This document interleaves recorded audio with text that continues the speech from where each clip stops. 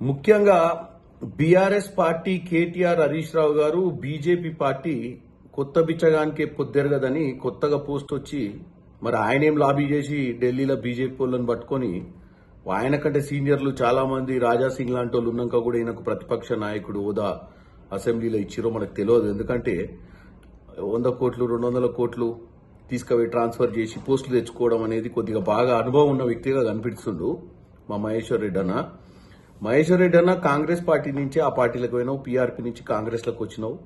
ఇప్పుడు అనవసరంగా వాళ్ళ దృష్టిని ఆకర్షించనికే భారతదేశంలో తెలంగాణ నుంచి మహేశ్వర్ రెడ్డి అనే మహానాయకుడిని గుర్తించాలని బీజేపీ వాళ్ళు అనుకోవాలని ఏది పడితే అది మాట్లాడి ఉత్తమ్ కుమార్ రెడ్డి అన్న లాంటి వ్యక్తిని యూ ట్యాక్స్ అని చెప్పి తర్వాత పౌర సరఫరాలలో నీకేమన్నా పనుందా ఉత్తమనతో చెప్పు, అంతే తప్ప ప్రతి విషయాన్ని భూతద్దంలో పెట్టి ప్రజల్ని కన్ఫ్యూజ్ చేస్తూ కాంగ్రెస్ పార్టీ అధికారంలోకి వచ్చినప్పటి నుంచి సెక్రటేరియట్లో కూర్చొని 24 గంటలు పనిచేస్తున్న మంత్రులలో ఉత్తమన్న ఒక ఆయన. గత ప్రభుత్వాలు చేసినటువంటి పౌర సరఫరాలకు సంబంధించినటువంటి ఈ ఒడ్లు కొనుగోళ్లల్లో ఎంత అవకతవకలు జరిగినాయో బీఆర్ఎస్లో మనకు తెలుసు. దాన్ని చక్కదిద్దే ప్రయత్నంలో ఈరోజు అత్యధికంగా కొన్నటువంటి పరిస్థితి ఉంది ఒడ్లు. ఈరోజు మీరు ప్రతిదాన్ని కన్ఫ్యూజ్ చేస్తూ యూ ట్యాక్స్ అని చెప్పి ఢిల్లీలో సీఎం పోస్టు ట్రై చేస్తుండని చెప్పి అసలు ఎందుకు రోజు మీడియా వాళ్ళు కనపడంగానే మీకేదో ఉత్సాహం వస్తున్నట్టు అనిపిస్తుంది. సో బీజేపీ నాయకుడు ముఖ్యంగా మహేశ్వర్ రెడ్డి గారు ఏది మాట్లాడినా కానీ మనం ప్రజలకు ప్రూవ్ చేయాల్సిన అవసరం ఉంటుంది. ఈ 4 రోజులు మాట్లాడి ఫేమస్ కావడం గొప్ప కాదు, మాట్లాడిన ప్రతి మాటను ప్రూవ్ చేయాల్సిన అవసరం ఉంటుంది. మాట్లాడే ముందు నీకు ఒక కీలకమైన పదవి ఇచ్చిరు బీజేపీ వాళ్ళు, చాలా సంతోషం.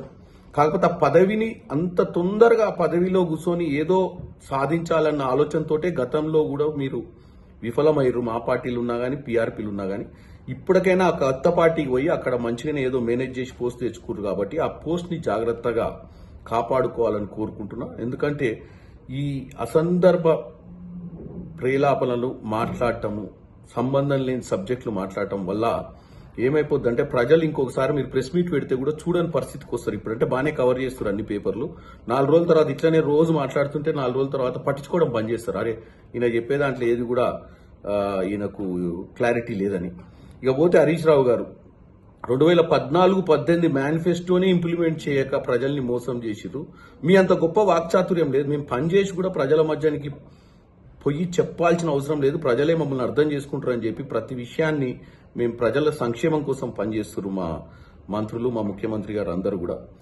500 బోనస్ అనేది కానీ 6 పథకాలు అనేది కానీ క్లిస్టల్ క్లియర్గా మేము ప్రజలకు మంచి చేయాలి, ఇచ్చినటువంటి గ్యారంటీలన్నీ ఫుల్ఫిల్ చేయాలన్న ఉద్దేశంతో ముందుకు పోతున్నాం.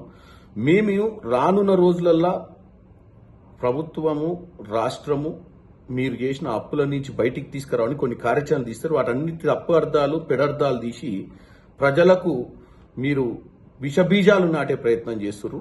ఆల్రెడీ ఇప్పుడు పార్లమెంట్లో 0, రేపు రానున్న లోకల్ బాడీలో కూడా 0. ఇవి తట్టుకోలేక మీకు అదృష్టవశాత్తు 2004లో కాంగ్రెస్ అలయన్స్ లో మంత్రి అయ్యి ఎమ్మెల్యే కాకనే మంత్రి అయిన హరీష్ రావుకి ఇప్పటి మటుకు పవర్ లేకుండా ఉండలేడు. బట్ 2004 నుంచి కూడా కంటిన్యూ పవర్ని ఎంజాయ్ చేసినటువంటి హరీష్ రావు గారికి పవర్ లేక 150 రోజులలో నిద్ర పడతలేదు. నిద్ర పట్టక ఏం మాట్లాడుతుందో తెలుస్తలేదు. మీది కూడా ఏమైందంటే కొన్ని రోజుల తర్వాత మొరిగే కుక్కలు కరవ అని తెరుస్తాయి. మీరు కూడా ఇట్లా మొరిగితే కొన్ని రోజుల తర్వాత ప్రజలకు అర్థమైద్ది.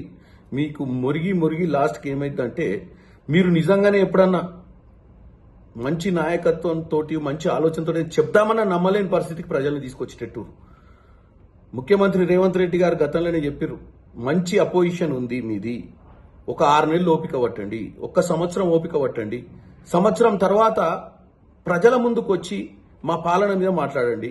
అరే నిద్రనే పడతలేదు. 3 రోజులు కాకముందే ఆ రోజు ప్రభుత్వాలు పడేస్తారు. కాంగ్రెస్ ప్రభుత్వం వారం రోజుల్లో పడిపోద్ది, 4 రోజుల్లో పడిపోద్ది.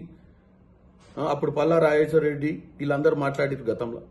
ఇప్పుడు మీరు ఏం మాట్లాడుతుర్రు? రేపు 4వ తారీఖు ఎన్నికల రిజల్ట్ అయిపోద్ది, ఎలక్షన్ కోడ్ కూడా అయిపోద్ది. తర్వాత ప్రజా సంక్షేమం గురించి దృష్టి పెట్టాల్సిన అవసరం కాంగ్రెస్ పార్టీకి ఉంది. మీరు ఒక మంచి అపోజిషన్ పాత్రలో మీరు కేటీఆర్ గారు హరీష్ రావు గారు అలాగే బీజేపీ నాయకులు మహేశ్వర్ రెడ్డి గారు ఇంకా కిషన్ రెడ్డి గారు ఎవరైనా సరే మంచి అపోజిషన్ రోల్ ప్లే చేసి ఒక రోల్ మోడల్గా ఉండి తెలంగాణ తెచ్చుకున్న 10 ఏళ్ళు ఆగమైపోయినాం. ఇప్పటికైనా మా ప్రభుత్వాన్ని మంచి చేసినప్పుడు సమర్థిస్తూ తప్పు చేసినప్పుడు ఎండగట్టే విధానంగా ముందుకు పోవాలని కోరుకుంటున్నా. తెలంగాణ ప్రజలు ఇప్పటికే విసిగిపోయిర్రు.